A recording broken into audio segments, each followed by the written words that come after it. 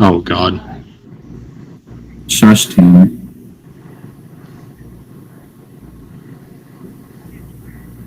I should have tested this before to make sure. It's not going to fill the whole screen, which is going to suck. Wait, let me just test it right now.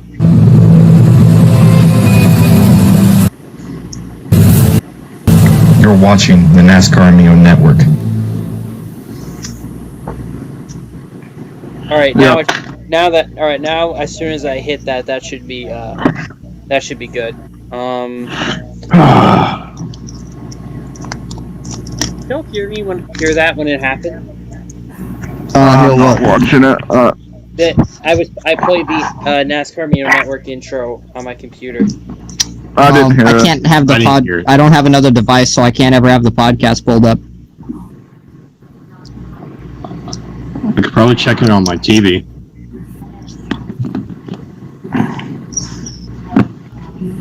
I would, honestly, I would watch the podcast on my PlayStation, just have it sitting right here, so I could see the chat, but my brother's down and upstairs, and I'm not just gonna, wait and just go out there and bother him for it.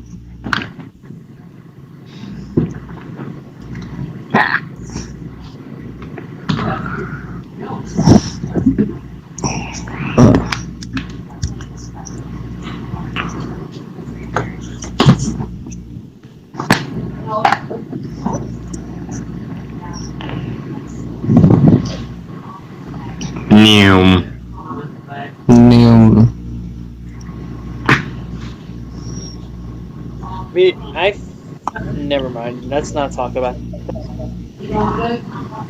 What? Okay. Let's see who's here right now. Jared Holmes is here. Okay, we've got 3 people so far. In the live chat?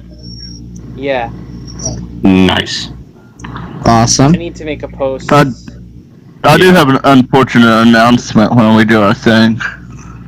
Our announcement. Well, damn. Oh, it's gonna suck, isn't it? No, it's just a change of plans for something.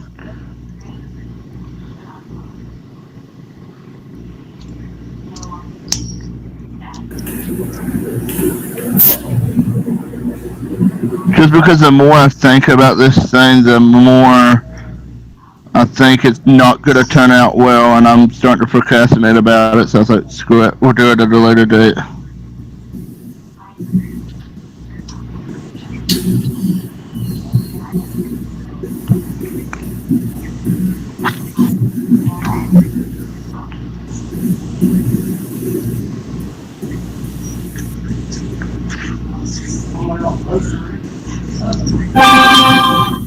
There we go, there's the post.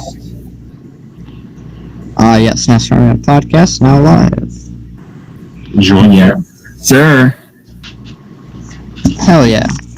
Thank y'all for tuning in. We love you. I need to turn notifications off. I'm sorry about that. It's okay. That's alright. You did this during the freaking pre-race, Carter. God damn it. What? You did this during the pre-race. You had all the freaking notifications going off. Pre-race for the MLNCS because you were running it. Sorry, voice crack. I need a new notifications jingle on my phone. Can you change it or something? You need to have it. It needs to be the clip of you or of Jared going, "Oh no!" Oh no! Oh. Yeah. I will return for my pre-race duties at Denver, though. That's good. Epic. Denver, yeah, should be out this weekend. Do you have a time date for it, Zach? 9:30 on Saturday. Ah, okay, that's good. Hopefully there's a race again there at night, which would fucking suck in Kansas. It's more important. It's probably going to be a night race. I would hope that I'll be able to make it there, to actually be in a voice chat and talk. M1CS is more important than real life NASCAR. At least the Cup race is going before any other thing. Yeah. Kansas is sort of key, anyways. Kansas is about one of the better mile and a halves we have.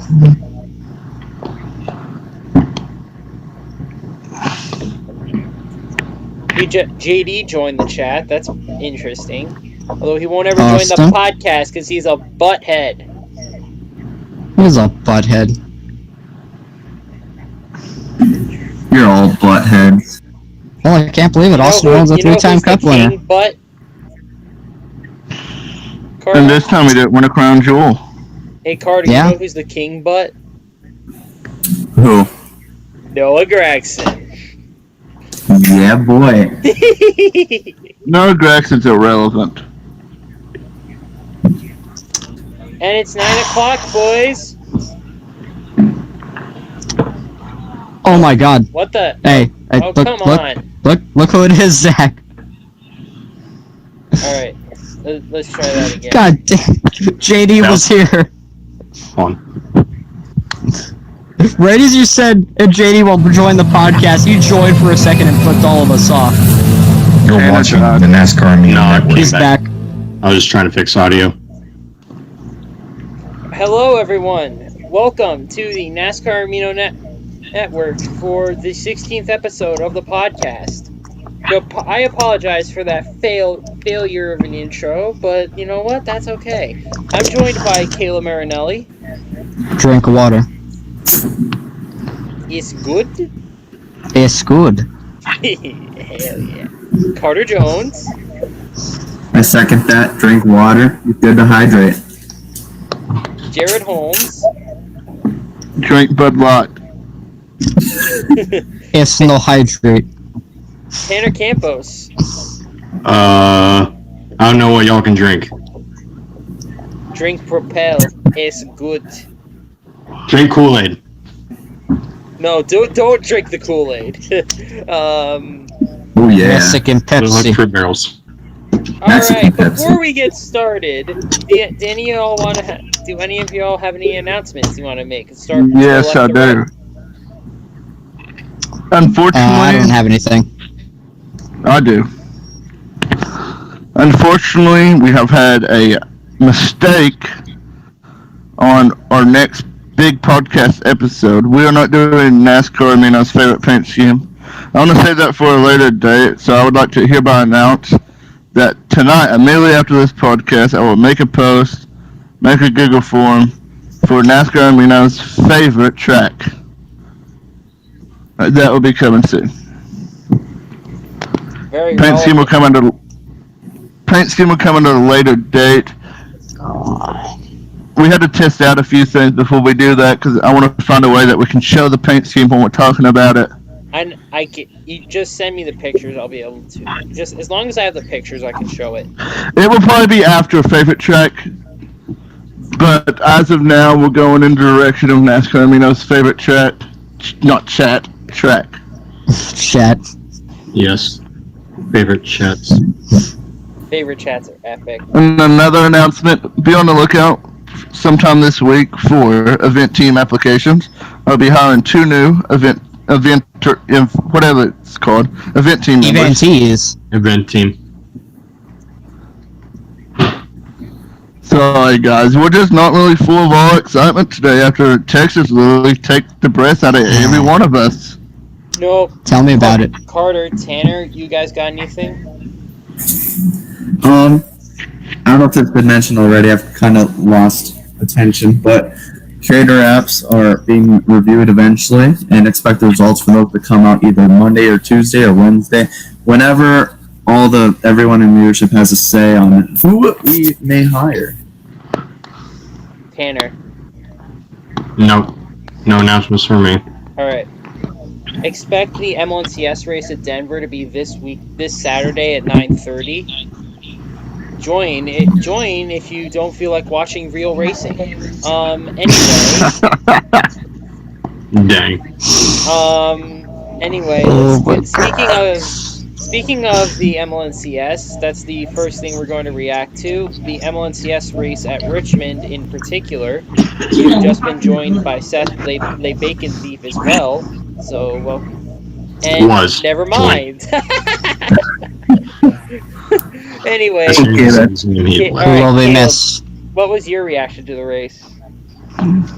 That was the Richmond NLNCS race was a lot less chaotic than I expected, especially considering how the short tracks have been in the past.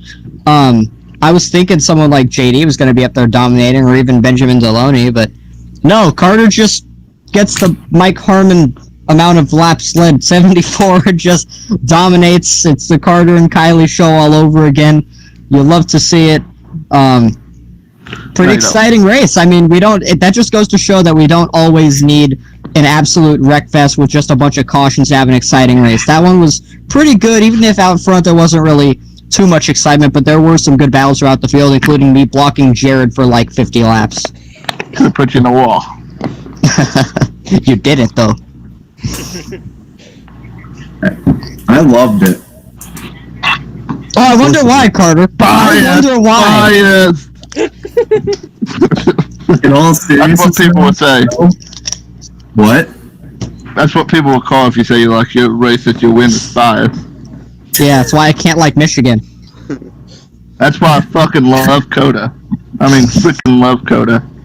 Wow. In all seriousness, I thought it was a pretty good race. There was lots of good battles in the back of the pack. You had drama, storylines. You saw Benjamin Deloney create this big scuffle that would become in the post-race interviews. It's just boy.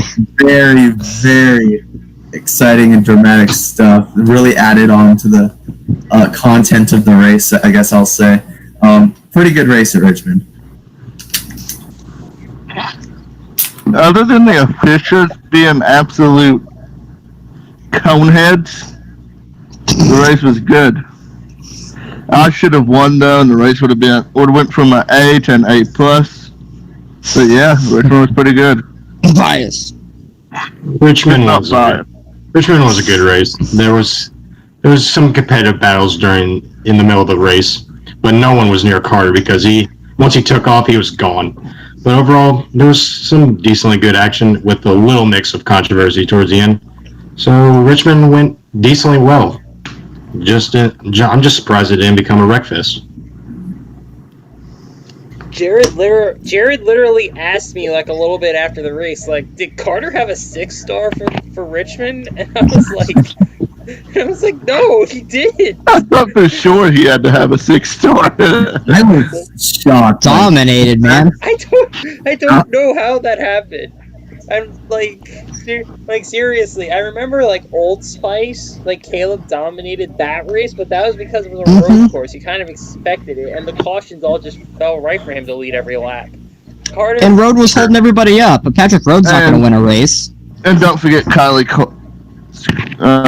gave him the win. How so?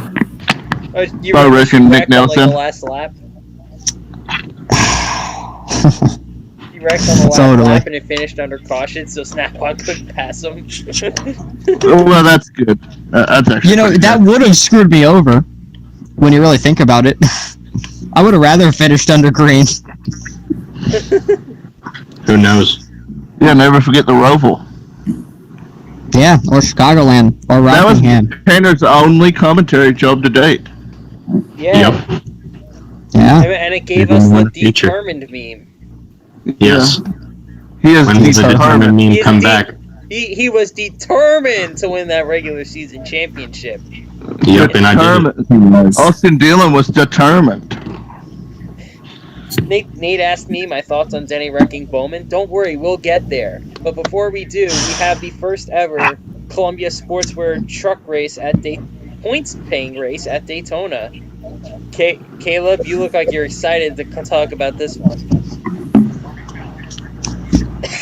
Expect a few things, Bias. including the shades.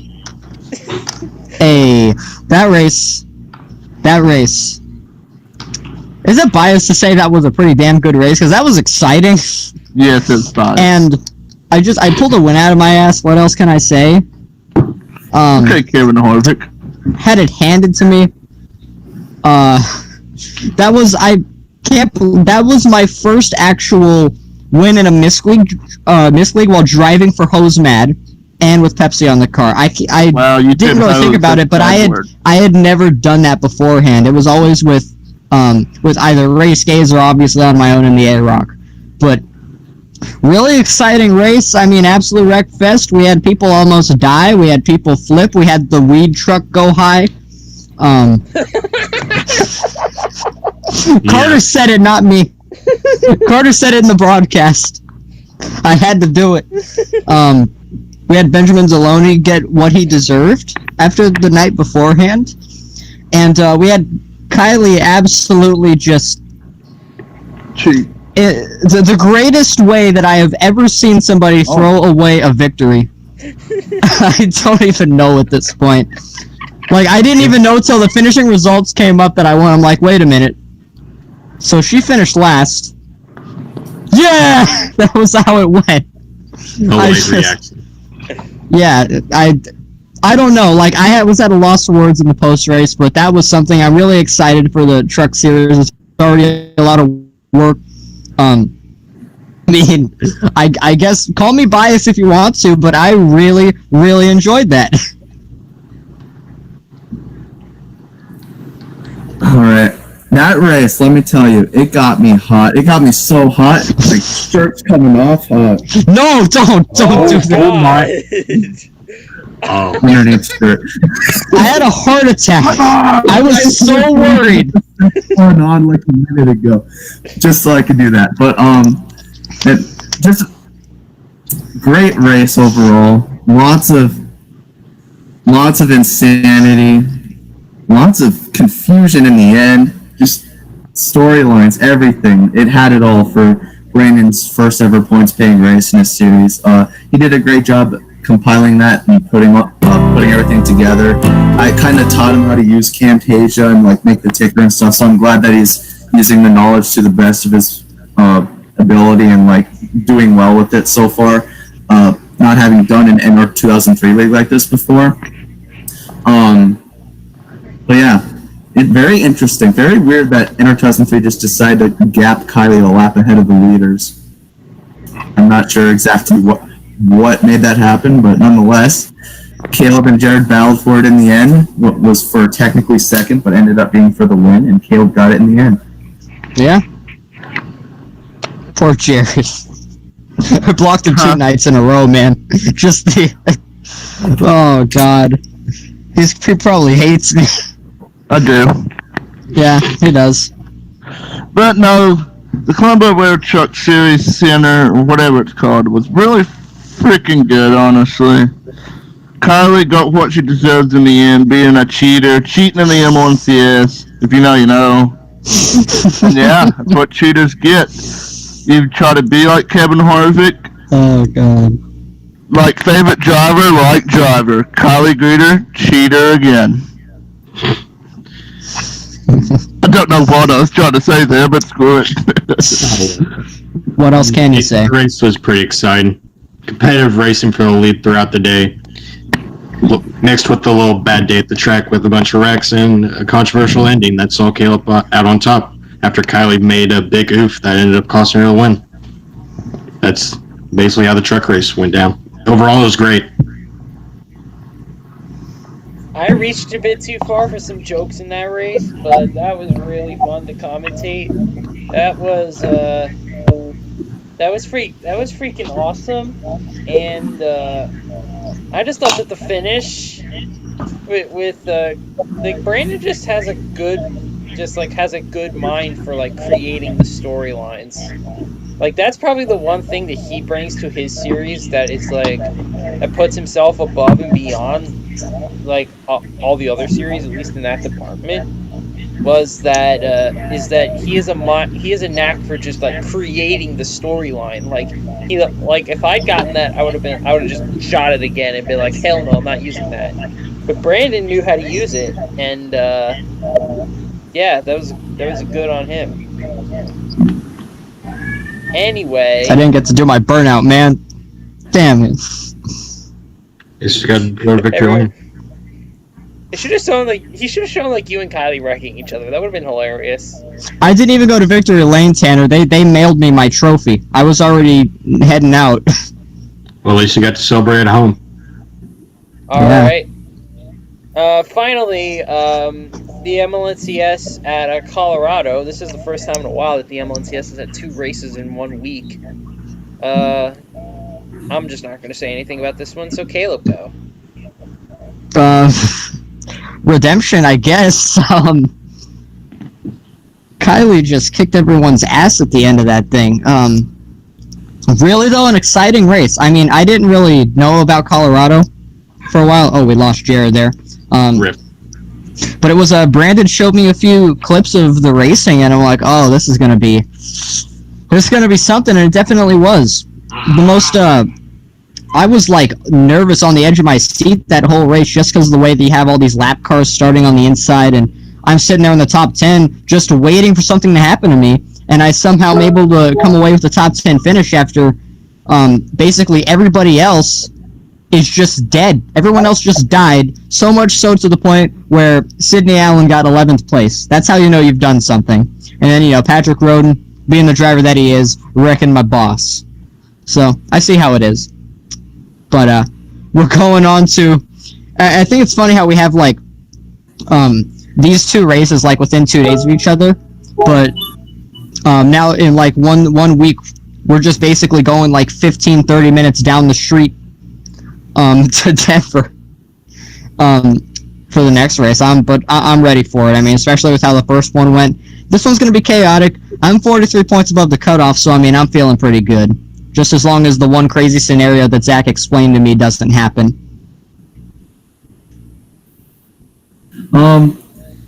The Colorado race was something else. That's probably the most storylines I've ever seen in an MLNCS race so far. And it's only going to get even more storylines in the upcoming playoff races. Like, it's insane how many... Like, it just seemed like there was a playoff implication every 5 or less laps. It's like something changed, like, every minute you were watching that video. And it was just... We were just glued to watching it because something was always changing somewhere on the track. From, like, Brandon Allen crazily getting spun from the lead to every single car just hitting the wall and just thrusting into the pit wall and killing himself. It was just such a wild, hectic race that no one could turn their backs from. Like, it was absolutely just chaotic. And in the end, Kylie Greider, once she got up front, she just started to pull away when she got a good restart and led multiple laps and eventually got the win. So good job by her, and just a really awesome race overall. Colorado was a definition of a short track, chaotic and wild from start to finish. That truly did have a meaning of the playoff picture because it did affect a few people, and it's going to make Denver a lot more serious now. And the racing was great. 4 and 5 wide at a short track. Who would ever thought of that? That was probably some of the best short track racing I've ever seen. But congrats to Kylie on that win. It was pretty great, and I'm intrigued to see what Patrick Roden can do at Dover after making another enemy with Brandon Allen. You'll see. I know my double zero kind of got wrecked in that race by a certain someone, but I'm looking forward to Denver because I'm really excited to see what happens. Yeah, I'd just rather not with this one. Anyway, we're gonna move on to the All-Star, to everyone's reaction to the All-Star race. We'll start with Caleb. Disappointing. That's probably the best thing I could say about it. It was disappointing.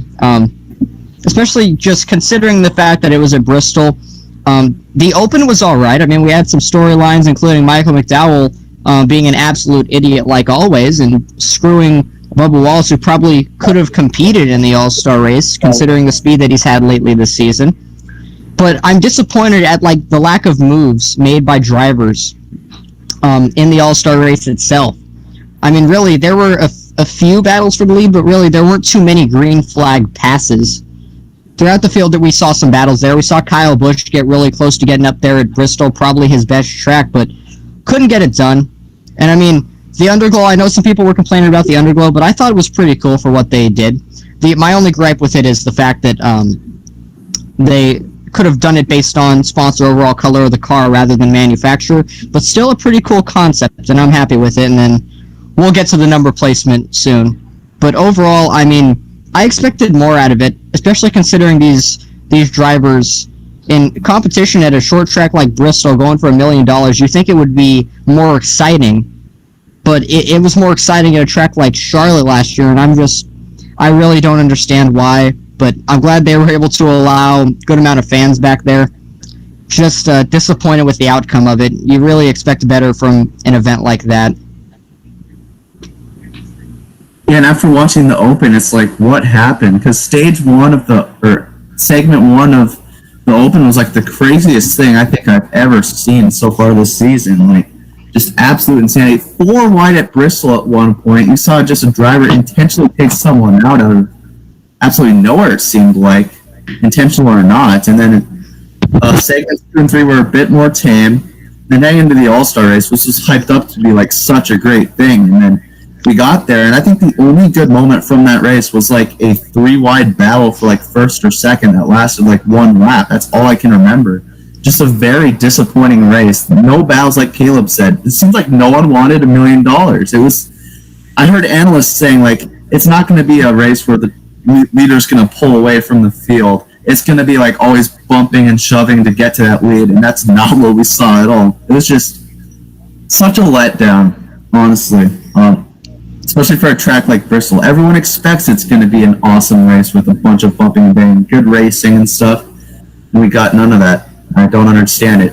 The underglow, I thought it was a nice touch. I was expecting a lot more of it. I think a lot of us fans were, like, more than just the rear. But I thought it was a nice touch.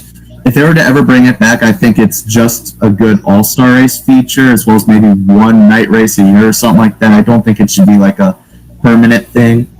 Just feels like something to put on the cars for like a special occasion, I guess you could say. And how about the choose rule? The choose rule, I wish they televised more of that. It's like, I think Fox only televised one instance of them using the choose rule during the All-Star race, and it was just, overall, just a disappointing, not just race, but broadcast. Jared?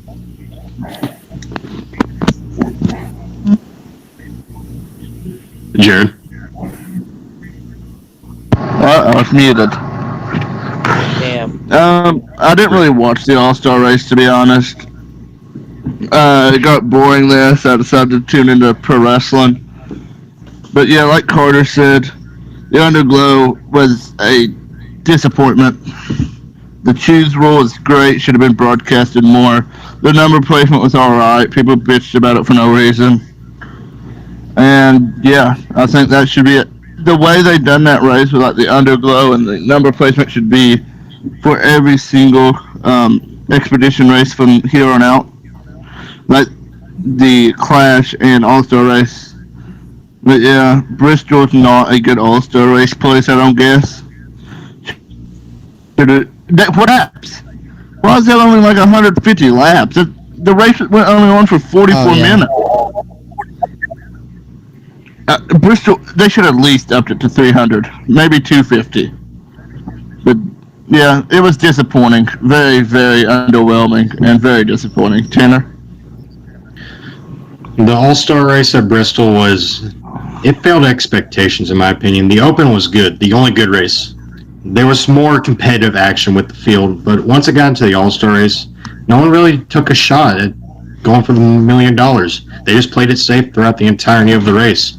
I mean, there was some cool things in the All-Star race. The line choosing was great. The Underglow was okay, but disappointing overall. The number placement, I still don't really like. The All-Star race is just there now. I'd rather have it stay in Charlotte. It always produced better racing there. And Bristol ain't really fit to have the All-Star race, in my opinion. The laps were too short. That was a major issue with it. But if they can fix a few issues with Bristol, maybe it can become good again. The All-Star race, the fact, I know a lot of the drivers were complaining about the way that the track was prepped for the All-Star. I did hear that. All-Star race, and they True. also, it seems like they were complaining about what was going on with Kentucky too. It seems like the drivers weren't happy with how the track was. But at some point, you've just got to take what you can get and go for it. You can't just be like, oh, the track sucks, I'm gonna ride. that means I'm gonna ride and not do anything, and just whine about it later. Did NASCAR drop the ball? Yes, they absolutely dropped the ball with preparing the track. But the drivers also dropped the ball too. NASCAR can make the track as good as they want to, but in the end, it's up to the drivers to put on a show. And they didn't put that show on. The underglow being by manufacturer and only being the rear of the car was stupid. The orange for the Chevy on Kurt Busch's black and green Monster Energy car looked awful. But yeah, that was the All-Star race. And we'll go back to the number placement later. Does anyone else have any final thoughts they want to get out about it? You'd think that another good point. You'd think that with the lower lap count that they didn't really mess with it, they would be more aggressive with it. I really don't understand why they really weren't going for it all race long. I did understand and see what Kevin Harvick said about prepping the track, and it was obvious that the outside lane wasn't as relevant as it usually is. You had to get to the inside that race, it seemed like.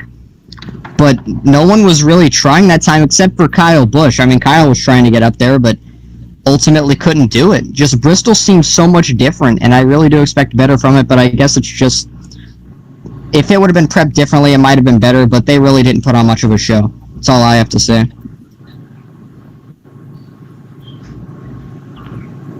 Yeah, it was a horrible race. Really nothing exciting happened. And also, the Open was pretty okay, though. Stage 1 of the All-Star Open was everything it was cracked up to be. And then the rest of it was awful. Even though Michael McDowell was an idiot doing stage 1. Last few Opens have been pretty good. Oh yeah, definitely. Yeah, but the last two stages of the Open were the guy in front pulling away. It wasn't that interesting. But at least it provided some action. Alright, but like the driver said, it wasn't prepped right. It should have been prepped way better. True. Bristol needs to work the kinks out on that. Alright, let's get this fan reaction in, because I think it's worth at least talking about. Nate said that he doesn't think the All-Star race should be used as an experiment race. What do you guys think about that? I do. I think it's great to experiment with it. It's an expedition race. There's no points on the line. It's the perfect way to experiment. I mean, that's probably the best way to test stuff. I could see where he's coming from with it, but I think the way that they're doing this is pretty good, because, again, it is an exhibition race. They're not necessarily going for points or anything. It's something good to test out. I mean, I guess the only drawback would be that, especially this year, it looked like there were just a bunch of gimmicks with it, but they were able to finally test out the choose cone rule, test out how Underglow would look, test out the number placement, and it's something that we could see in the future, because it was a big event in front of all these fans, and we could see how people reacted to it.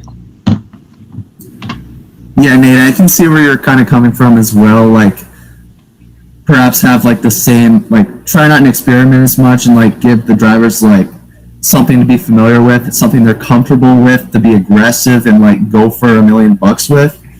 But I'm also gonna have to disagree. I think the All-Star race is a perfect time to experiment, not only because because that having this for the All-Star race, it puts every driver still on the same level playing field, and yet it gives that unknown to the drivers. Okay, who can adapt the best? Who can manage these sudden changes? Who can get that $1 million by adapting to whatever these new changes are going to be, wherever these tests are going to be, and who's more desperate to get that $1 million?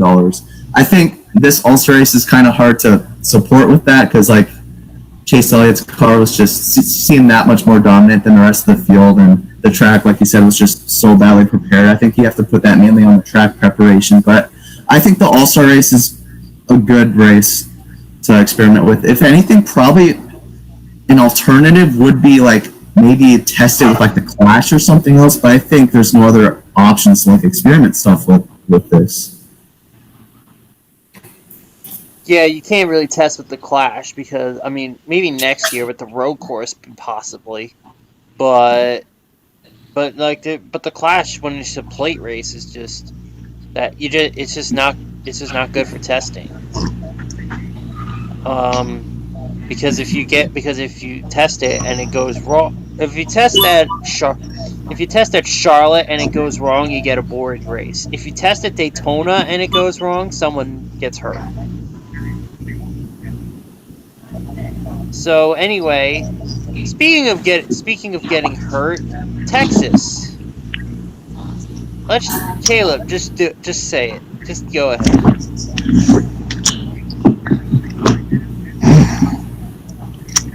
Why? That's all I want to ask. Why did it have to be Austin Dillon? Okay, I just had to get that out of the way. This race was something. It was overall, I mean, it was better than the average Texas race. We did see some pretty good battles for the lead, but overall, it was just frustrating to watch. We had so many wrecks in this race. I was surprised at how much of a wreck fest that it was for Texas. I mean, but then at the end, they're just RCR being able to pull off the strategy, and somehow, some way, Austin Dillon straight up wins a race. And this time, we can't really say he didn't deserve it. He just outright beat everybody. I mean, he led, the caution came out, and he just was able to pull away after getting a push from Logano. I don't know what else I can say about it. I'm still shocked about it. And I found out he won, he did win, but passed inspection, so it's official. He's in the playoffs. He's a 3-time Cup winner. Yeah. I thought this would be an unpopular opinion, but I actually thought the race was pretty good.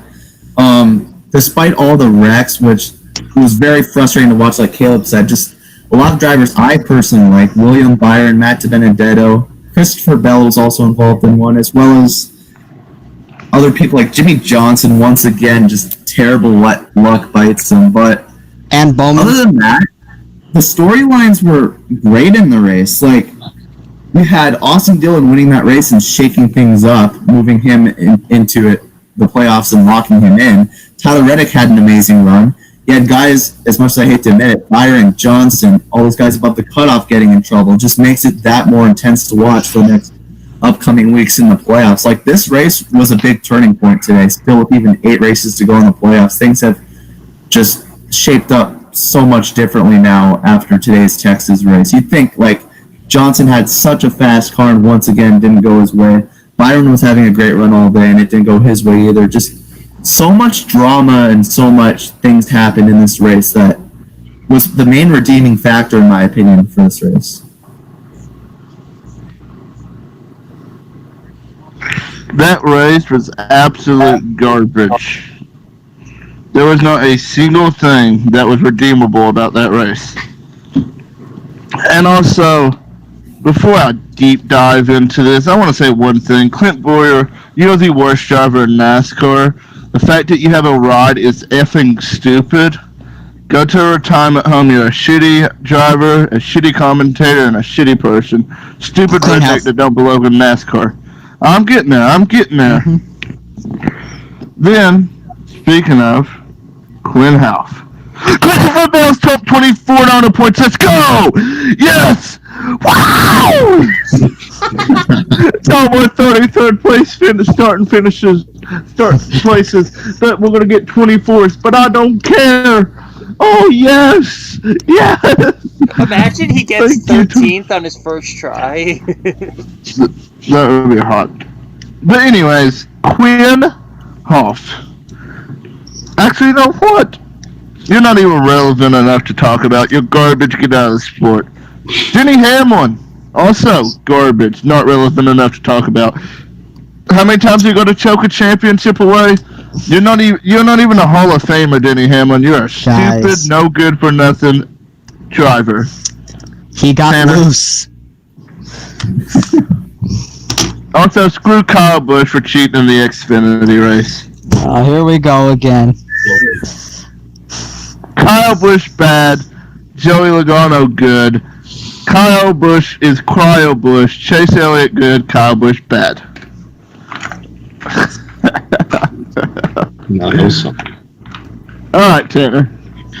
The Texas race it started out just looked like the Ryan Blaney show, but once it got into the final stage, it became a bad day at the track. And with it altered the playoff picture again. And in the end, here's another big person who helped Austin Dillon win this race. Justin Alexander. This man has been with Austin Dillon for several years. He's been on and off with the team for several years. And he doesn't really get much credit for helping Austin Dillon score some wins. That pit strategy in the end helped him win this race and forever blown up the playoff picture once again and made the playoff picture more exciting.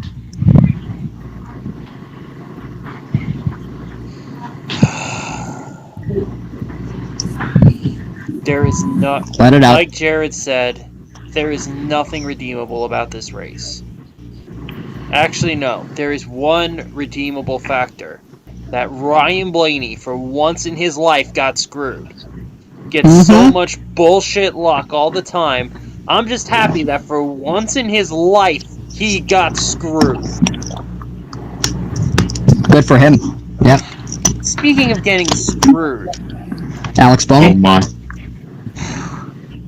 No. I'm going to start from the beginning. Well, not from the beginning. From lap whatever in stage 3, when absolute no talent Eric Almirola is running behind Kyle Busch. He has a whole lane to his inside. He's running 3 wide, but he has a whole lane to his inside. 3 wide is not that uncommon in Texas. The people behind him are running it no problem. But Eric Almirola is like, oh God, I'm 3 wide. You know what this moment necessitates? Me turning right into Kyle Busch. So that's what he does. He turns right into Kyle Busch, collects Truex, which is big hot, and somehow doesn't end up ruining Kyle Busch's day, but causes the big one, kills Chris Buescher, Cole Custer, and like 7 or 8 other cars, and of course he can't get Kevin Harvick because Kevin Harvick is BS. Speaking of Kevin Harvick, you are NASCAR's golden boy. No one likes you, and yet you still get every call going your way. You did the same thing that Justin Allgaier and Eric Almirola did, and you didn't get penalized for it because you've got a golden horseshoe up your ass, and NASCAR loves you. They won't do anything to you. Screw you, Kevin Harvick. And now for the main show. Oh my. Denny fucking Hamlin did not get loose. He took out Alex Bowman. Maybe it wasn't on purpose, but he took him out. You know why he took him out? I don't either. But when you make a hyper aggressive 3 wide move like that, you better be damn sure your car is going to stick. You better be damn sure that you are not going to take out the guy to your outside that you should not have taken 3 wide. If you're going to make a reckless move, your car better stick and it better work. It better not turn out where you clean him out, ruin a top 10 run for him when he badly needs one. Make him he was running top 5 early in this race. He's running top 10 all day. Screw that. He's gonna finish 30th, and nothing's gonna happen to me at all. Literally no damage happened to my car. Oh, oops. It was probably Bowman's fault anyway. Oh, I'm sorry. Did I say Alex Bowman? I meant Austin Bowman. Shut up, Dale Jr. You know nothing. Wow. This guy drives your car and you can't even get his name right. What the hell is wrong with you? Huh? Like, fuck, god damn it. This guy, I just can't and the broadcast. The amount of disrespect to Alex Bowman in this goddamn broadcast. I thought Fox was untouchable with their thinking Bowman was in his first All-Star race. But no. These guys found a way to rival, if not make it worse. They dedicated segments to Timmy Hill, who was running dead last, and Greg Ives, his crew chief. Not once mentioning Alex Bowman's name. They mentioned his name once when Denny Hamlin absolutely cleaned him out, and even then they couldn't get his name right. Austin Bowman, what are you, high? Oh yeah, because that black and gold 88 looks exactly like the black, red, and gray 3 car. Get out. They mentioned freaking Greg Ives only because of him helping out Braxton Bush. That's another funny thing about it. Not even for Bowman. It's just absolutely ridiculous, the amount of disrespect he has. People wonder why this is why Bowman doesn't have sponsorship, because no one gives him the respect he deserves. It's absolutely freaking ridiculous. No one on track gives him the respect he deserves. No one in the broadcast gives him the respect that he deserves. There are only a few people that actually give Bowman the respect he deserves, and none of them are the sponsors don't give him the respect he freaking deserves. Why did William Byron get all of Exalta's races? That's retarded. Alex Bowman literally won for Exalta, and Exalta rewards him by ripping out their funding from him. That's the stupidest thing I've ever seen. It's not like William Byron's ever done anything to deserve it. Like, seriously, he has 5 top 5s in 3 years. And I hate doing it because Byron's my number 2, but god damn it, it's so frustrating when Alex Bowman It's because of 24. When Alex Bowman just gets shown a total lack of disrespect.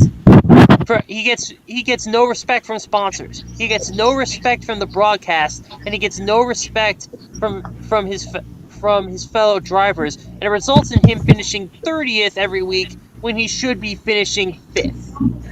I'm just sick of this. I'm just sick of watching him absolutely get destroyed every race, and no one will talk about it, and then when chase time comes, they'll just say, oh, Alex Bowman. I don't think he has the speed to advance to the round of 12.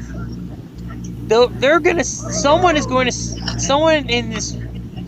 the broadcast is going to say Alex Bowman doesn't have the speed to advance to the round of 12. And we all know the real reason he's not going to go there. Because someone is going to wreck him all 3 races.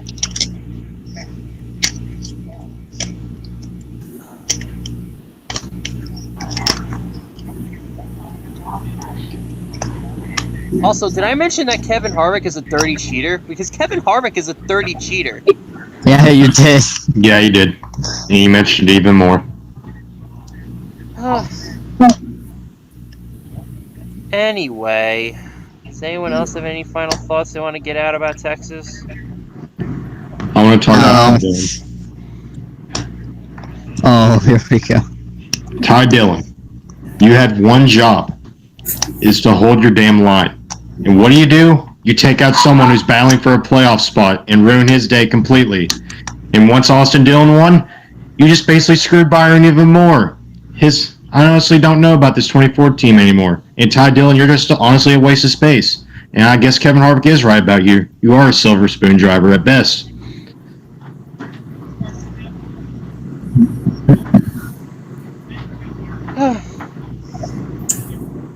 I think I'd back Tanner up on that, but I didn't see the replay, so. Ty Dillon just cleaned Byron out. Yeah. I'm assuming And it ended his day, too. And ruined his confidence even more. The suspension was not there. I just didn't see the actual replay. You should see it, Carter. You would probably be on my side even more. If I'm not mistaken, it was similar to the Hamlin-Bowman incident. Don't kill me, Zach.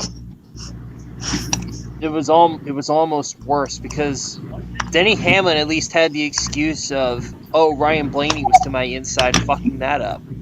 Ty Dillon had Yeah, he absolutely always no one does. to his inside and still screwed up. Mm-hmm. I mean, Denny Hamlin is still completely wrong, and Chase Elliott solidified himself as my number 3 when he took him out. But yeah, Denny Hamlin is a garbage driver. He only wins because of Chris Gabehart. He absolutely sucks. He shouldn't still be in Cup. We should implement that rule that Brad Keselowski put in that would say that drivers would get demoted if they wreck too much in a year. Because Denny Hamlin wouldn't be in Cup if we had that rule. No, but watch this. They would keep Denny Hamlin and knock down Bowman because everyone else wrecks him.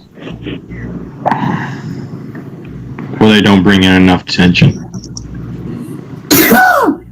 Bless you. Let's move on to something else. Bless. Let's take a look at some results here. Some comments.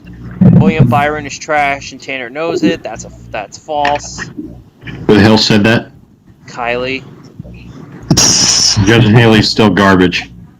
Wow. Zach, you now know the pain of an Eric Jones fan. Eric Jones is garbage. But what does Eric Jones deserve? Nothing. Nothing. He didn't crash. He just drove out of his race and ended up where he was. He didn't get taken out by nobody. Exactly. Bowman every week gets taken out. He gets taken out or screwed in some way. Every freaking week.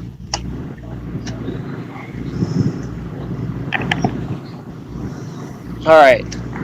Let's move on now. We're going to revisit the number placement because that was a segment we did before, but now we got to see it on track. So, Caleb, go ahead. You know, to be honest, it wasn't as bad as I thought it was going to be. It wasn't really even the worst factor of the All-Star race.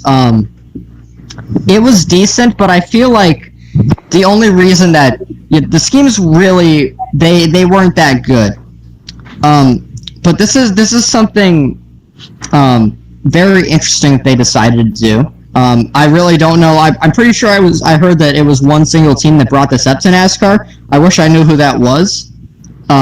There were a few cars in the field who actually looked pretty good with this, like Joey Logano. His car actually looked better, in my opinion, with that design. Just the way that they got rid of like the Penske spikes and just had the one up top. But then there were some like Byron's. They just could hire a paint scheme, and I mean, I don't know if this is something they want to do in the future. It'll change the way that people make paint schemes, that designers make paint schemes forever. They'll be able to work around the number better than they did. But I don't know how I feel about it yet. I really thought I was just gonna hate it all race long, but it wasn't really terrible. I can't really complain about it. I mean, if they wanted to do this for the exhibition races, I would be completely fine with that. But you know, who knows? Maybe with the next gen car, this'll like the numbers will actually look good in that spot, but we won't know until that time has come. But really, it turned out all right, I guess. I don't really know what else to say. The number placement. Well, I saw the renders, the paint scheme previews, and I was like, no, this is not happening. They look nasty. And I tell you what, once they got on the track, they weren't near as bad as I thought they were going to look on track. Like, the numbers, like, appeared bigger than, like, much bigger than I thought they would. It wasn't that noticeable. In fact, I was actually watching the race with my mom. She didn't even notice there was a difference, so I pointed it out to her, apparently. So that's a thing. It's not something I want to see in the future, but if they change it, I wouldn't have a problem with it. I'd still be watching the sport. I know other fans have threatened that, if they change the number placements, I'm done watching NASCAR because they decided to put a sponsor on the door. No, I wouldn't go that far with it. I would dislike the change, but in the end, it's not. I'm not going to turn away from the sport. I prefer the traditional way.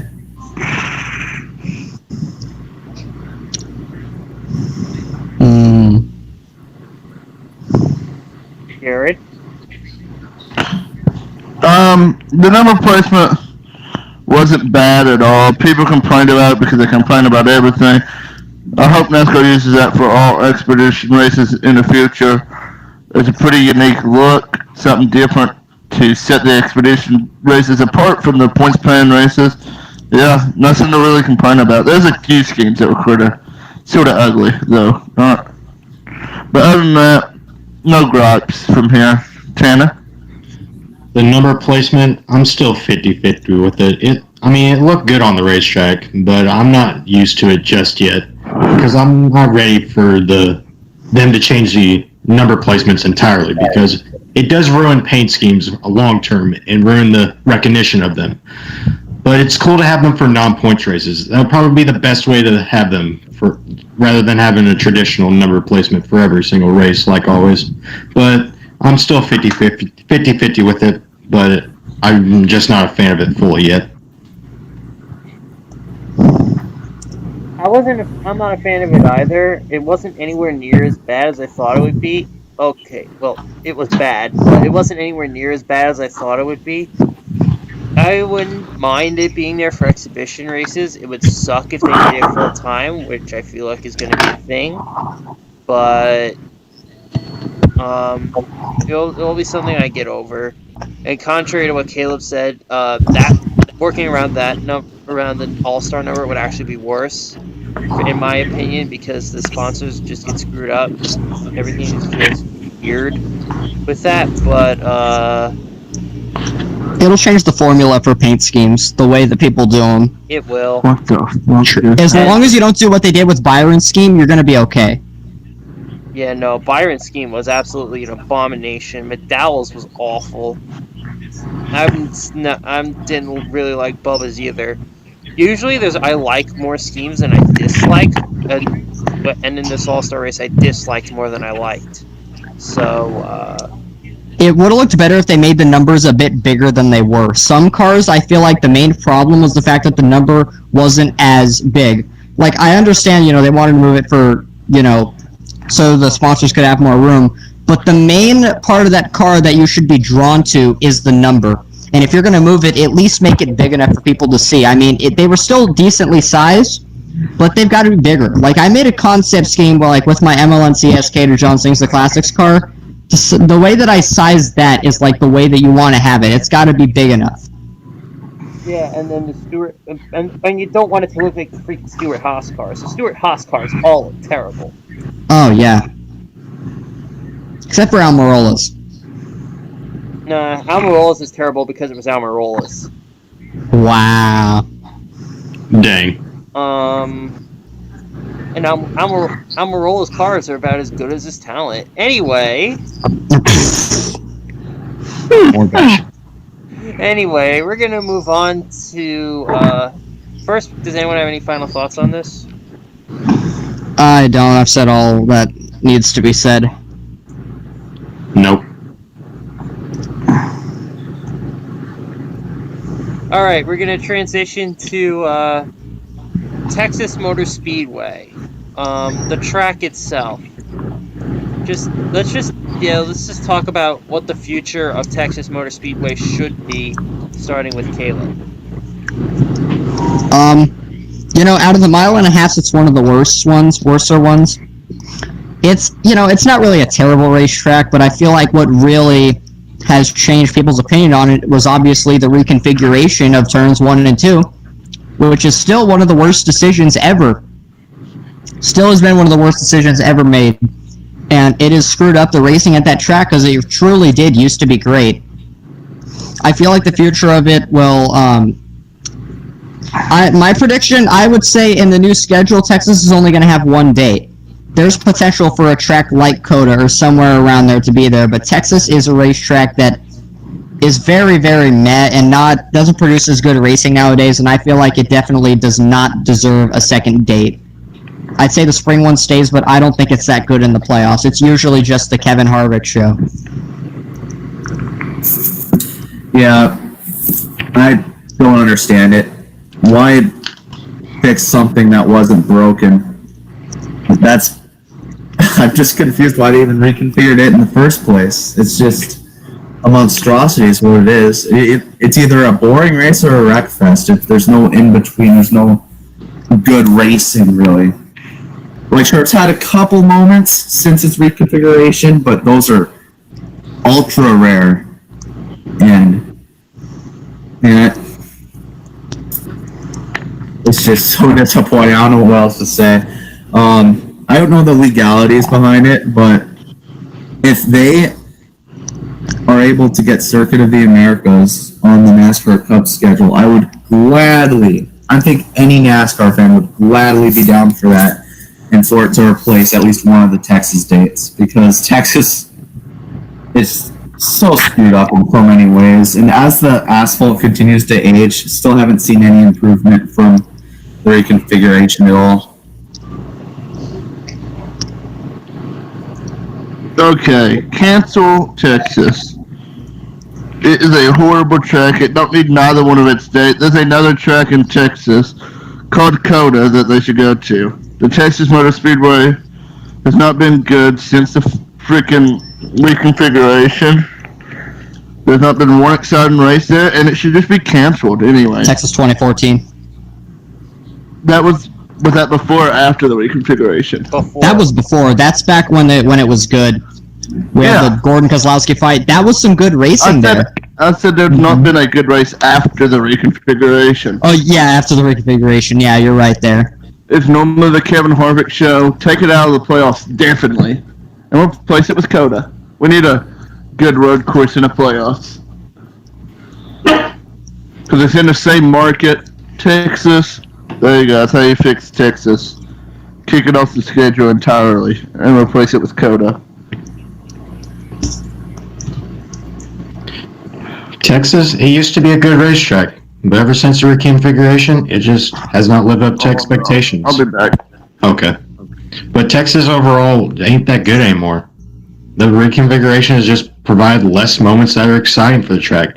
And it honestly needs to go back to a one-day schedule, because the playoff race is boring and the spring race is meh, but it's probably the best option for it. But as much as I can say it, the Texas management will refuse to allow one of their dates go away, because they are very egotistical and will try to do everything in their power to have both dates no matter what.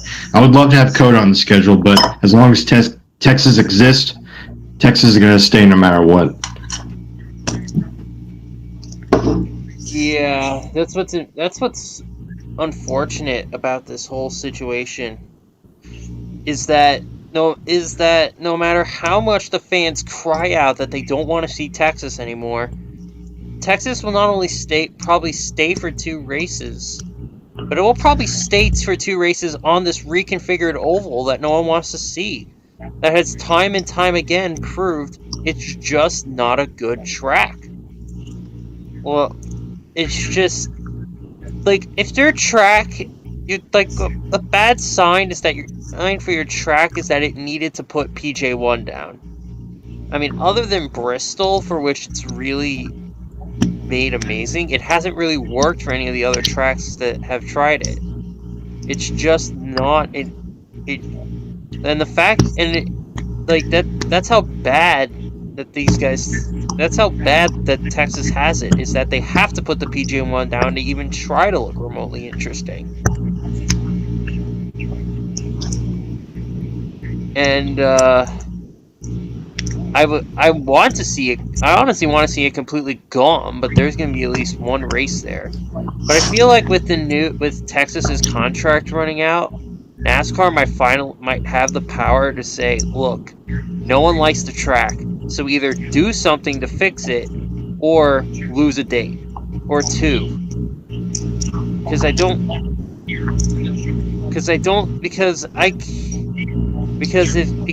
think that NASCAR can. I think NASCAR should be able to prevent Texas from just forcing us to endure the pain of this race. But knowing Texas, they're going to be egotistical and try to force both of their races to be in the chase. They're going to try to force a chase doubleheader. Because they're like, oh look, Pocono did it, so let's do it too. And let's really make the playoffs suck. But yeah, I don't know.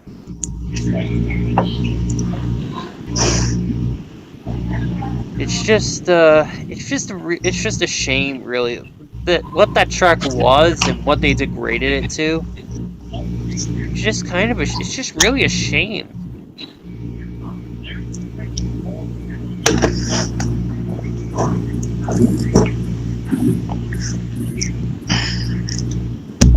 And like, it was a legitimate like 3-4 groove track, and now it's a complete one groover without, even with the PJ1, it's a one groove track.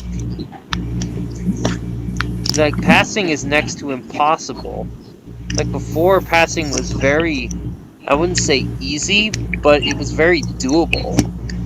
But now passing's next to impossible at Texas. I'll be back. Okay. Alright. Yeah, it's definitely just like, I think as a young NASCAR fan, I think I took for granted like how good Texas was before they decided to reconfigure it. Because I look back at some footage on YouTube and I'm just like, man, I kind of miss like seeing this. It's like, why did they decide to go through with the reconfiguration? Like, I'm sure they had a vision for it and like, man, this could be really awesome. And in the end, it was not. It's just disappointing, like I've said multiple times. And I know all you guys agree. I do agree with that.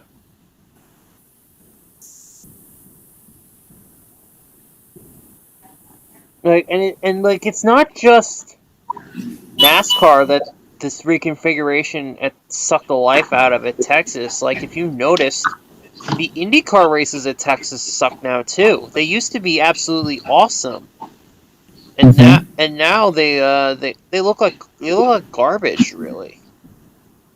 Here's the thing, though. I think that new configuration was awesome for IndyCar at first, and then I don't have 100% knowledge on this, but I think it was because of a new package they decided to try for the IndyCars at Texas, and that was the ruining cause for it. Like, I feel like I personally can defend the configuration just for IndyCar back when they had the package there. Now they've ruined that too somehow. Yeah. IndyCar in general just went down a hill this year, but that's besides the point. True. The only really good thing has been the introduction of the aero screen, but this isn't about IndyCar, it's about Texas. True. And NASCAR just needs to try to make a package that would make dirty air an advantage over clean air. True. That's just Exactly. that's what they need. I mean, maybe the X1 splitter would accomplish that, but it's. I don't think you're ever going to get rid of like a difference between dirty air and clean air, but they have to make it to where dirty air is an advantage. Yes. I'm also kind of considering. Oh, go ahead, Carter. Yep. Go ahead, Tanner. I kind of consider Texas as a restrictor plate because they're always so close together now, and it just made some meh racing at best. Yeah, it's like, I'm very curious to see what they're going to bring with the Gen 7, see if it resolves any of these issues. Because dirty, like Zach said, dirty air is just such a major factor nowadays. And I don't feel like that's what NASCAR racing should be. I don't feel like NASCAR racing should be like, okay, get clean air and just take off. Like, I just don't like that. I wish we could see, like, this is going to sound odd, but like, the fastest cars win. Like, at the same time, I like seeing underdog winners, like today with Austin Dillon, last week with Cole Custer, but like, we're seeing less and less good, like, battles that come down to it for the win, because like the second place car cannot battle with the lead car because they're stuck in that dirty air. That's how impactful it is. I wish they can somehow fix that with the Gen 7. You know what I'm talking about? Yeah, I just hope that they can find it to where they can make clean air not king and still run the high line. That's going to be really hard to do because because the way outside lane is really cool at like Kansas and Homestead, and I just don't want that to go away because they tried to make the cars less aero dependent. Because it's like a fine balance. Like the aero dependency like sucks in that it made clean air king, but it also was cool in that it really created the ability to run that high line.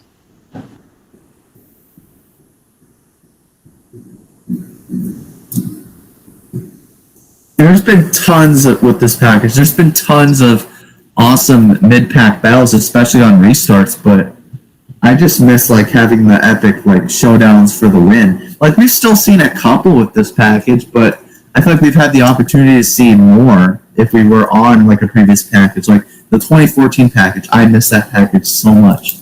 Don't we all?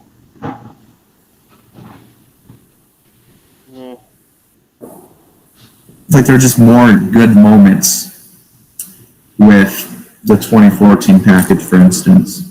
2014 package honestly is overrated because you look at the 2014 package, you rewatch some of the races, and it really doesn't look that different than it does now. True. Like, and they always have to rely on the Chicago highlights. That's probably the only good race for it.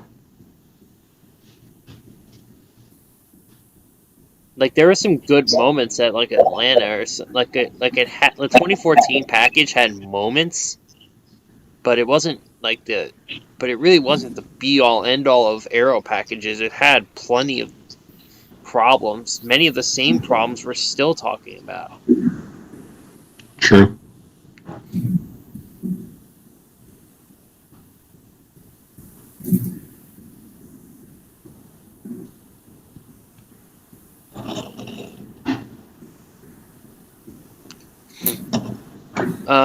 With Jared still not being here, is Caleb here?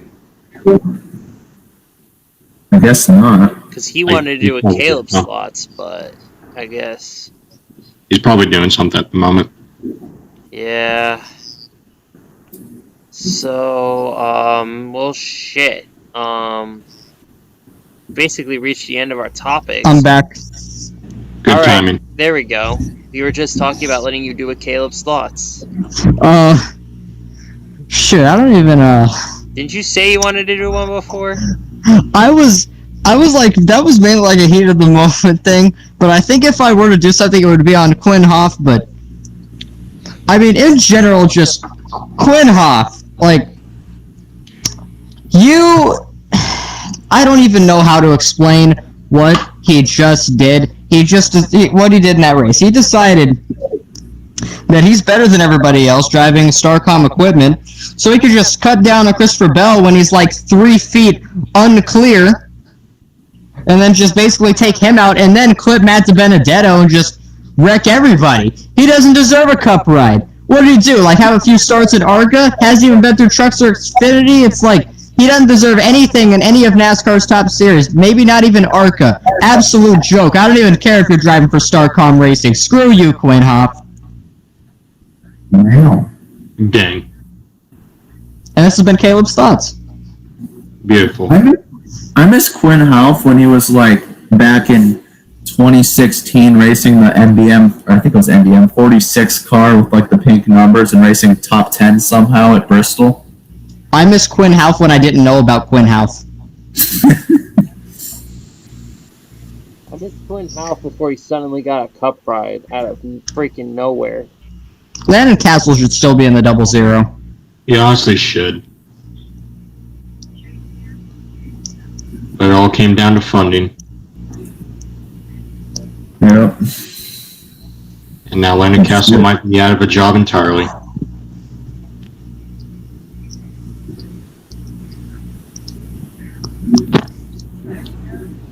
Is the chat saying anything, Zach? Kylie is trying to instigate. Well, first Nate said today was the best Texas reconfigured race. Yes, but that doesn't mean it was good. Yeah, no, it still really wasn't that alright. It was better for the average Texas race. Yeah, it was an okay race. I think it was an improvement from last year's race. Kylie's trying to start stuff. She's What like, do you she said any race with Byron in it is meh. The race of Justin Haley is crap. And Justin Haley has more cup wins than William Byron. And Kyler Scott said Quinn Yeager is greater than Quinn Houff. That is very true. Oh, hey, Jared's back. Now we can do Jared's thoughts. Well, we sort of touched on Jared's thoughts, so let me think of something else.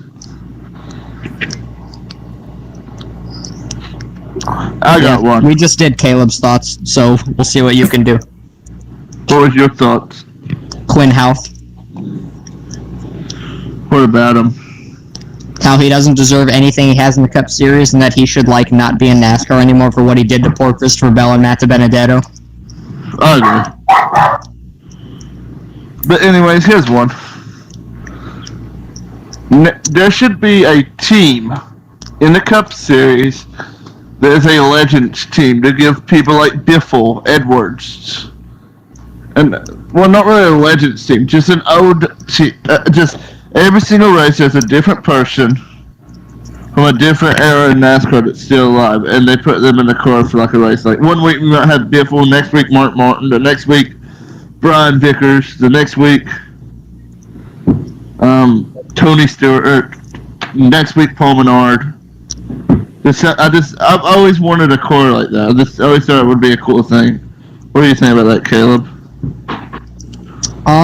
That would be interesting. I mean, I don't really know how they would set something like that up, but I could see what you mean by that. Quarter.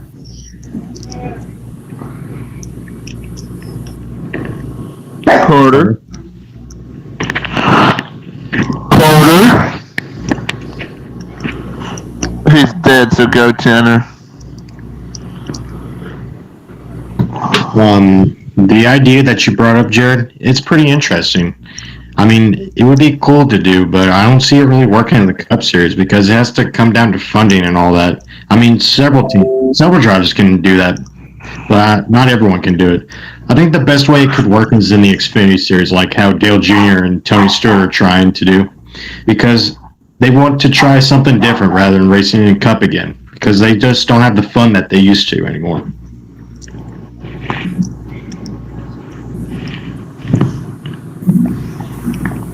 Zach? I'm with Tanner. That should be like an Xfinity thing. That's just taking up space in the Cup Series. It's taking up space for a bunch of washed up talent. And all it is would be a gimmick for name recognition, and they probably wreck out in the first 3 laps.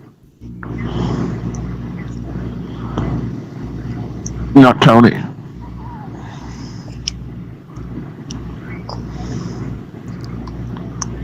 Well, he's Tony Stewart. Alright, so with that, I think we're going to open up the Q&A session. Where's the 2 quarters? Why? Hold on a second. Carter? Because there are on the speaker on my phone because my laptop is... Hello? On 2 devices? No, I'm on my phone now. We have 2 quarters in here? There's 2 24s in here. We have a quarter. Can you hear me? Hey, quarter. Other quarter. I can hear you.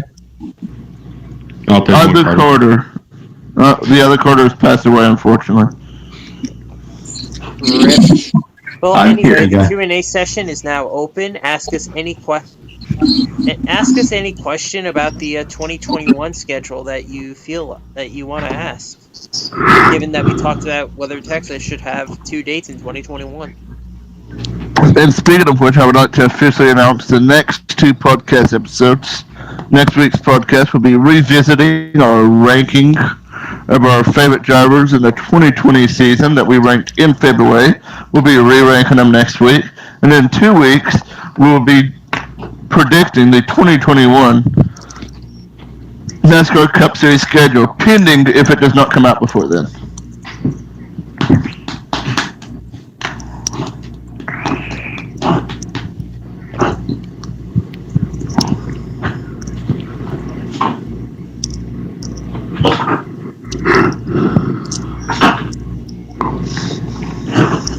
any of those questions?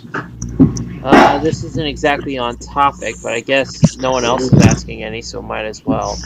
Do you think Decker will run a cup race, I guess, in 2021? No. Yes.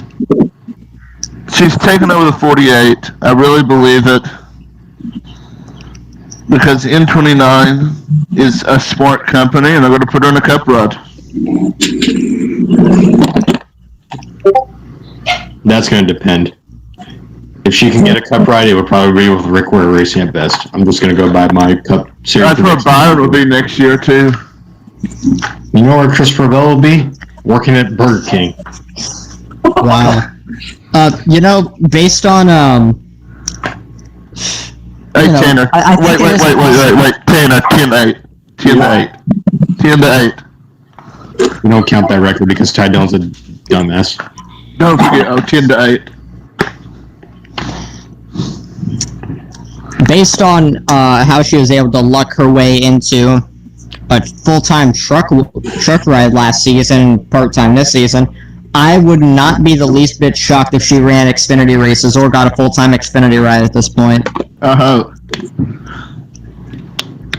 She deserves it. Not even.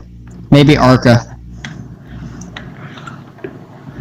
Okay, sexist pig. Oh, God. Wow. Decker's by far the best driver in NASCAR right now. And if you say otherwise, I got 10 fingers and the 2-minute one for you all. Are we really gonna not have any other questions? We really don't have any questions. Well, screw it. I'll ask you all a question about the 2021 schedule. Should we stay at Daytona for the opener? Yes. Yes. I don't think so.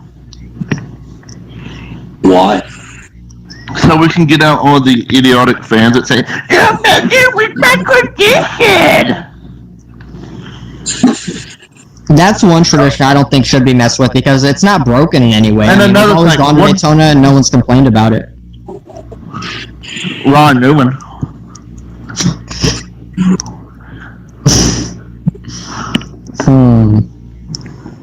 Here's one. Should Sonoma be included in the West Coast win?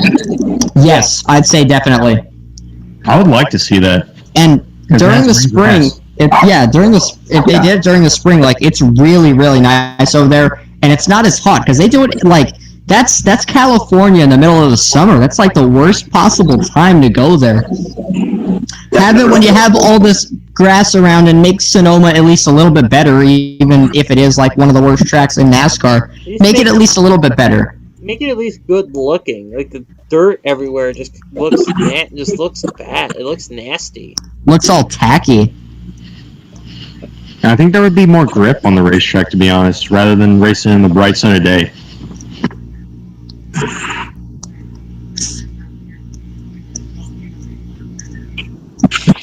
I'd love to see Sonoma in March. It'd be a completely new change in scenery. But they won't do it because, of course, they won't. Exactly. No, they won't ever do it. You know what the fans really want? They want the numbers to be moved. They don't want to see Sonoma. They don't want to see Sonoma in March, which would actually probably help the track. They don't want they want to see. They don't want to. NASCAR doesn't. You know what? Oh my God! I'm so mad right now. I can't speak. But you know what NASCAR fans really more Kentuckys. They want 3 Kentucky races a year, not 2, not 1, not 2. They want 3 Kentucky races a year. And I'm calling Texas a Kentucky copy. Hey, you know what else is an option? Texas is sorry to fun. cut you off. I mean, Kentucky is a fun track. You can't. It's overhated. The fans like it at least. Like the fans that go to the track. Yeah, the only it's so reason it's awesome good is because of the finishes. You have to admit the racing there is not good though. It is in person. You don't see a lot of the stuff that happens there because it don't show it on camera. I mean, sure, you can get a different view of the race from in person rather than watching on TV. It's like you feel about Pocono. That's how I feel about Kentucky. That's so much different in person. But the difference is I'm right, you're wrong. No. I'm always right, buddy. No, I'm always right. Screw you. No. But Stupid New Yorker. to again bring up a point to the Sonoma argument, you know what else is an option? We just get rid of Sonoma because the track does suck. There are better road courses out there. True, Watkins Glen's the best. I'm tired of the Martin Truex Jr. show. Yeah, we don't need to see the same guy win one race every single year. By like 15 I seconds. wasn't that bad of an issue. I actually think those races are incredible. Oh yeah, totally. I'm biased. The Truex fan is here. Of course. It comes down to experience at Sonoma. That's the reason why Truex always dominates it. Is because all the experienced drivers will always take control of it. Exactly. So that's why Sonoma is. And Byron doesn't go for the win; he goes for points. Screw you, checking house. Screw Greg Guys for not knowing how to build a road course car, because Alex Bowman's good at road courses. But anyway. So wait, what are we talking about? I haven't. It's a Q&A session. Q&A session. Q&A. All right. Alright, so I guess these are supposed to be. So Justin Striff asked Road America. What about Road America? Should it be on the be added? 2021 schedule? I'm assuming. I'd say it has a good shot. Road America? I could care less, to be honest. I don't like road course racing. I would say Canadian Tire would be the road course from a lower series that would be put on Cup. It's produced a bit more excitement. Road America is going forward is like it's had a few rain races in the past, but that's really it. We're gonna have Road America on the schedule next year. I know it. Road America is trying to change to Canadian Tire because the Cup Series doesn't go outside the U.S. And I feel like Road America would probably be the better option because there's a fan base that actually cares for having a Cup day. Canada's a better track, though. It is a better track, but NASCAR's not willing to go outside the country. I mean, with the recent push for diversity, I think it would actually be smart, probably, to consider a race in Canada. I mean, a question, but it's not about diversity. Will fans actually show up? The truck race does horrible ticket sales. Yeah, but that's a truck series. They never get good attendance. The Cup would probably be a totally different story. And if it's not, you give them one race, and if it's not good, they don't go there again. True. Plus, it's not even like you notice the attendance that much at Canadian Tire with where the stands. It's a road course.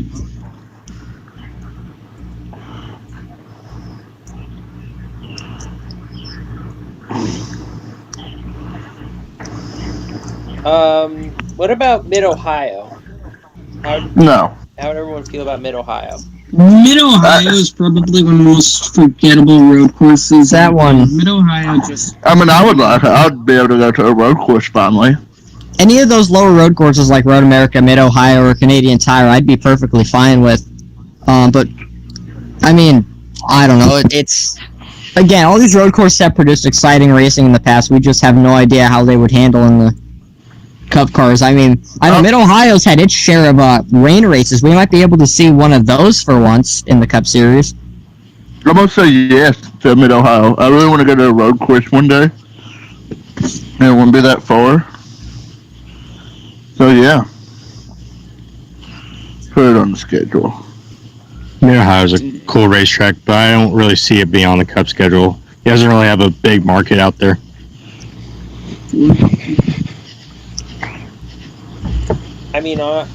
Honestly, it can't have much worse attendance than Sonoma. True. But I think there's a few dedicated fans of Sonoma.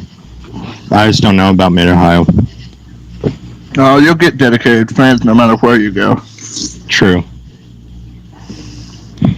Probably more though in Ohio than California. Yeah, there are more fans out east. Look at Oklahoma, Kentucky. California is just not a good market for NASCAR, especially not like putting 3 or 4 races there. Mm-hmm. Yeah, when everyone's obviously gonna get a fucking auto club because it's pretty good. Yeah, but they don't need. You don't need to put Sonoma there too. They should probably go to more tracks in like in the Seattle area maybe. Like that would be kind of Expand cool. outside of Like California. Sebring, ain't Sebring in Seattle? No, Sebring's in Florida. Yeah, Sebring's in Florida. Although stay tuned for M1CS at Sebring because that race is going to be freaking goated. Oh, really? Isn't Laguna Seca around there too? No, that's in California. Laguna Seca. Yep, that's another one they could go to. In Seattle. I want Hey, Zach, and I commentating Sebring? Yes. It's a cool time on the cutoff. Don't bail on me in the middle of the commentary because you wreck, assuming you wreck. Okay, if I'm close on it, where is it at in the round of 12? Middle race. It's a cool.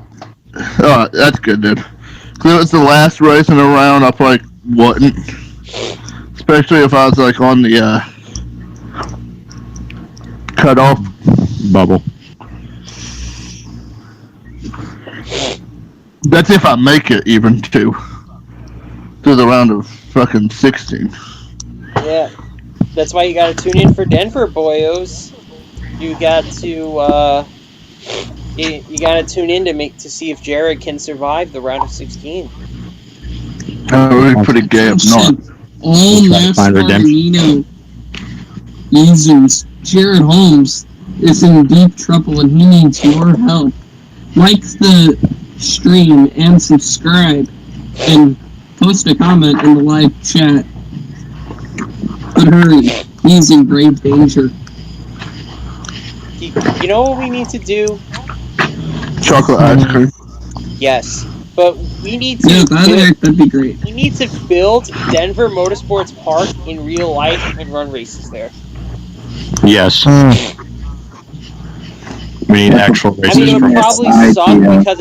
because it's a big 2-mile track. But hey, I'd want to see it. Old Spice would be cool. Yes, we definitely need to build Old Spice. Yeah. Up in the Wisconsin area. Nice area for it. You know Yes, what good would old be an promotion awesome from Old track to Spice. add? We need to add Coda. There's only been one good thing to ever come out of Wisconsin. Oh would my that be? god, I know it's. Who do you think it is? And I already know the this answer. this is such a great snack, such a great fat personality, Natalie Dicker. Hey, what about Matt Kenseth? Where did snack come from? I don't know. Dicker's better than Kansas. Oh, now you did it. Matt Now you Kenseth. did it. Okay, Court, I got a question then. Would you rather kiss Matt Kansas or kiss Natalie Dicker? Kiss Matt Kenseth everywhere. Oh my. Wow, that just got thrown into the podcast! 19-year-old man. He's too uwu for Matt Kenseth. At this point, but That's why that's the first time for Tan to say ooh. Carter, you're 47-year-old man ever. Yeah. Oh. I mean, yesterday was National Simp Day for Haley Deegan. Haley Deegan sucks. Overrated piece of garbage. Billy Deegan is pretty good, it's not gonna lie. I agree with Jared on that. He's honestly similar to Ernie Irvin.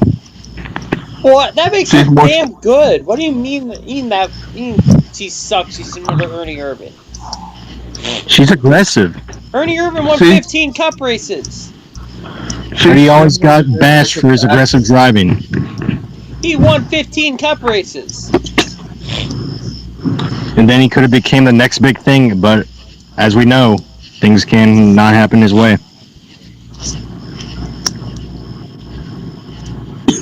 He has more cup wins than William Byron. No.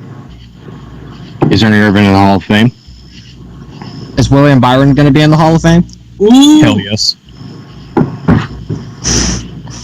William Byron will not make the Hall of Fame, and I'm just going to say that right here, right now. Martin Truex won't. Oh, okay. You know what, Tanner? You know what? Tanner, you can go and join the chat and join the board, I guess. I don't care. Alright, Tanner, this question is for you. Okay. I want you to answer it, and then I want you to guess who it's from. Okay. Hey, Tanner, are you single? Huh. What? It's from Ashley. It's from freaking Ashley. What the? It was from Ashley. I feel like someone's trolling right now. Well, I feel like it's Kylie or someone else. Someone's fucking with me. Jared. It was me, Tanner. I said, hey, Zach, don't say this question's for me, but I have a question for Tanner. Hey, Tanner, are you single? Hey, There's Tanner, gonna be an remember? Ashley comment no matter what. Tanner, do you remember what I sent to your Discord the other day? Yes. I saw once I woke up. What a way to start the morning. That was beautiful. Alright, one final question that was off topic, but hey, we got so few questions, let's do it anyway. This is a good one, too. Who are your final 4 picks as of now for each series? Oh. let me go Seth, first. go first. Oh, yes, Seth. let's go.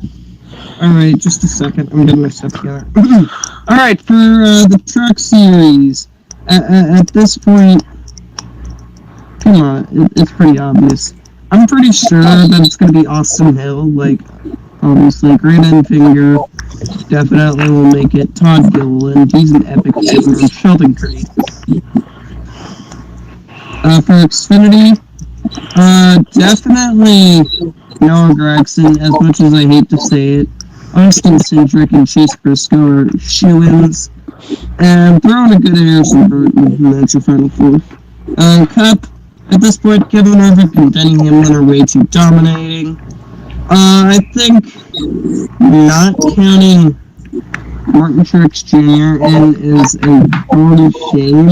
And then Kyle Busch. Caleb. Alright, Caleb, even you.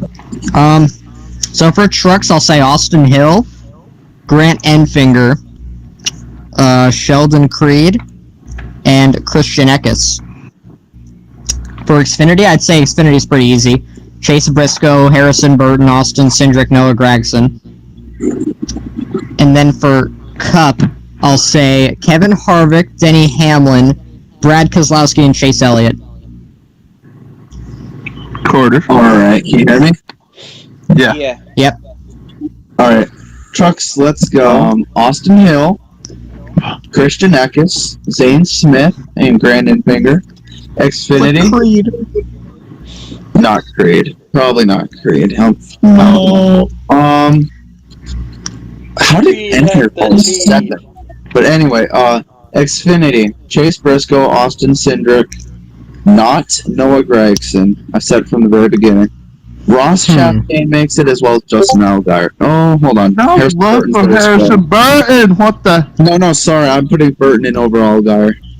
But still Bad. Alright.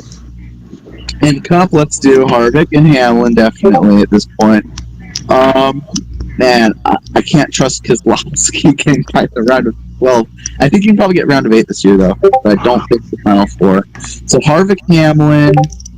Let's go. This is freaking tough, dude. I think Blaney can somehow make it in. Ah. Ew. And I know, kind of gross, but I think he can do it. And Chase Elliott's had a lot of hot flashes. I think he can get into the round 4. Okay, for trucks, Natalie Decker, Christian Eckes, Sheldon Creed, Ben Rhodes. Xfinity, Harrison Burton, Raleigh Herbst, Austin Cindric, and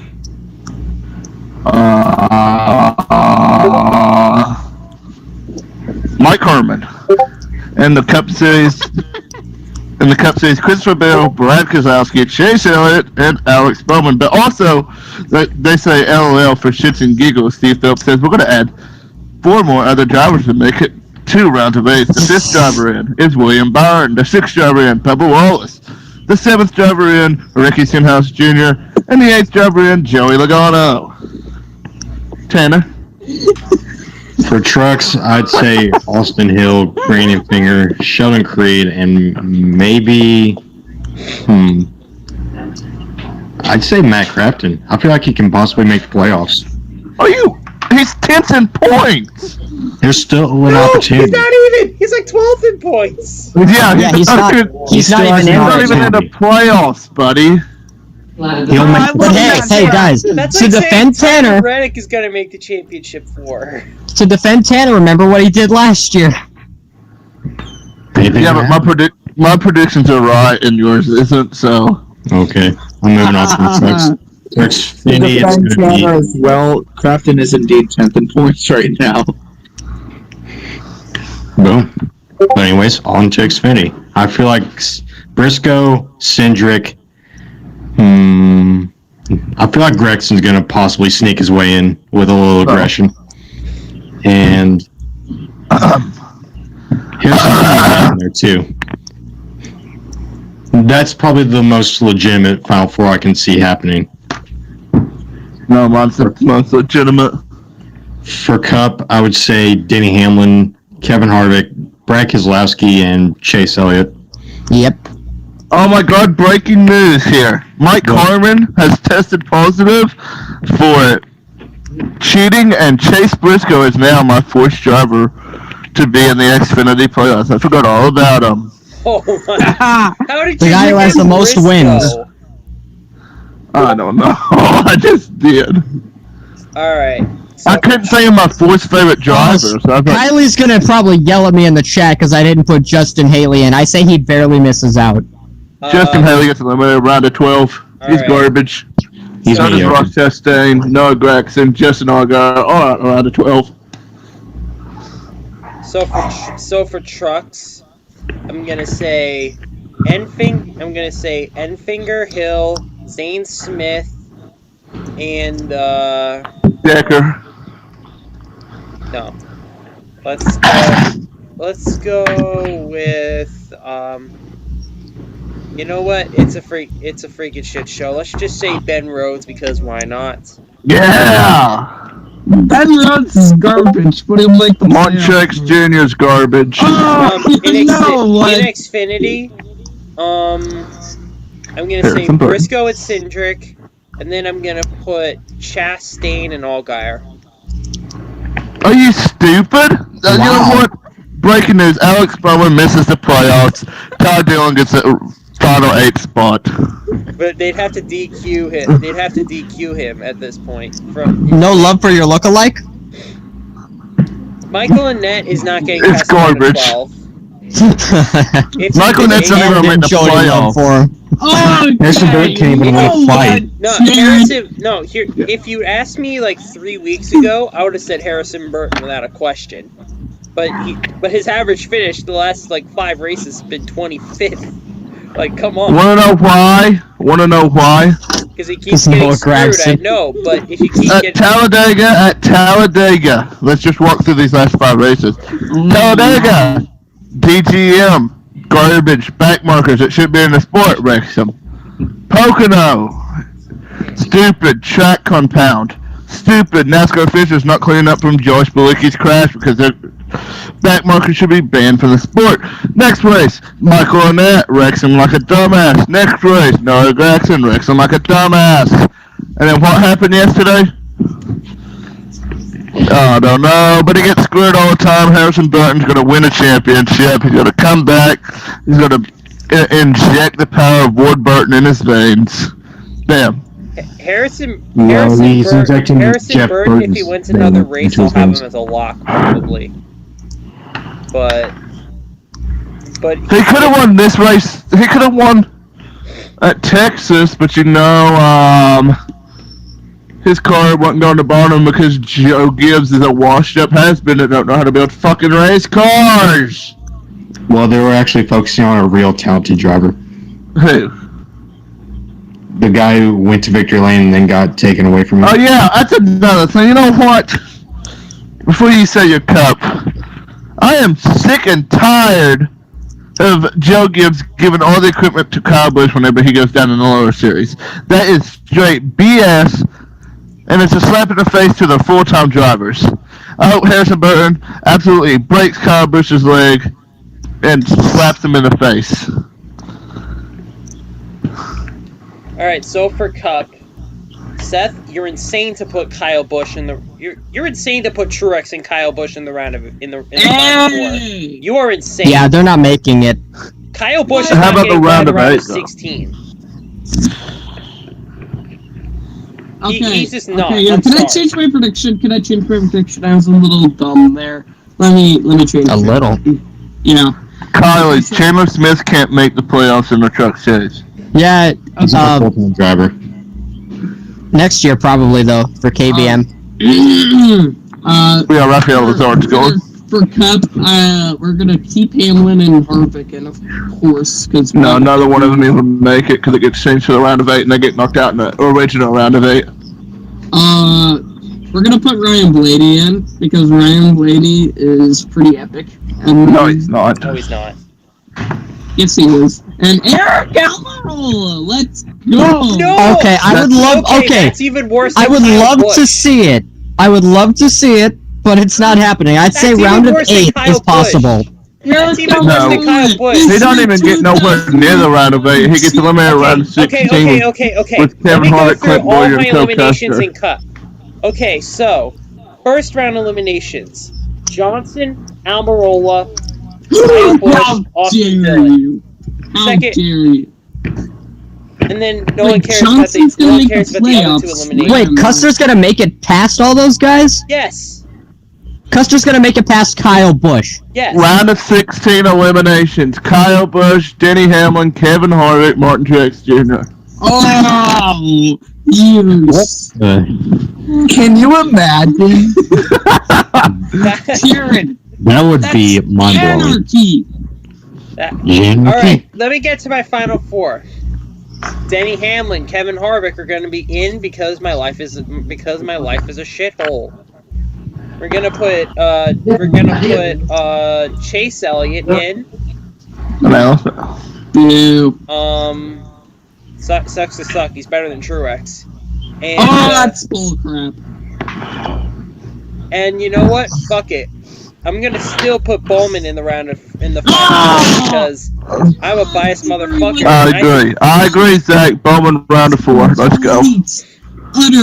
Complete garbage. With Bell, Keselowski, Elliott, Bowman, Byron, Bubba, Stenhouse, and Joey Logano all get in the race at Phoenix because NASCAR says, LOL, we're going to please Jared Holmes for once. And that's literally what I want the to see announcement's Bowman going at to be least in called. the round of 8. At least give me that. But knowing this season, they're going to give me 3 dominant Bowman runs in the round of 16. He's going to get wrecked out every single one and miss the round of 12. Let's go. That sounds pretty epic, gamer. And Well, with Martin that, Truex Jr. is before I not go even off make on the playoffs. Seth- Before I go Oh, off you on know Seth, we're going what? to terminate this You've done podcast. some Thanks pretty for tuning crappy in. things to me Let's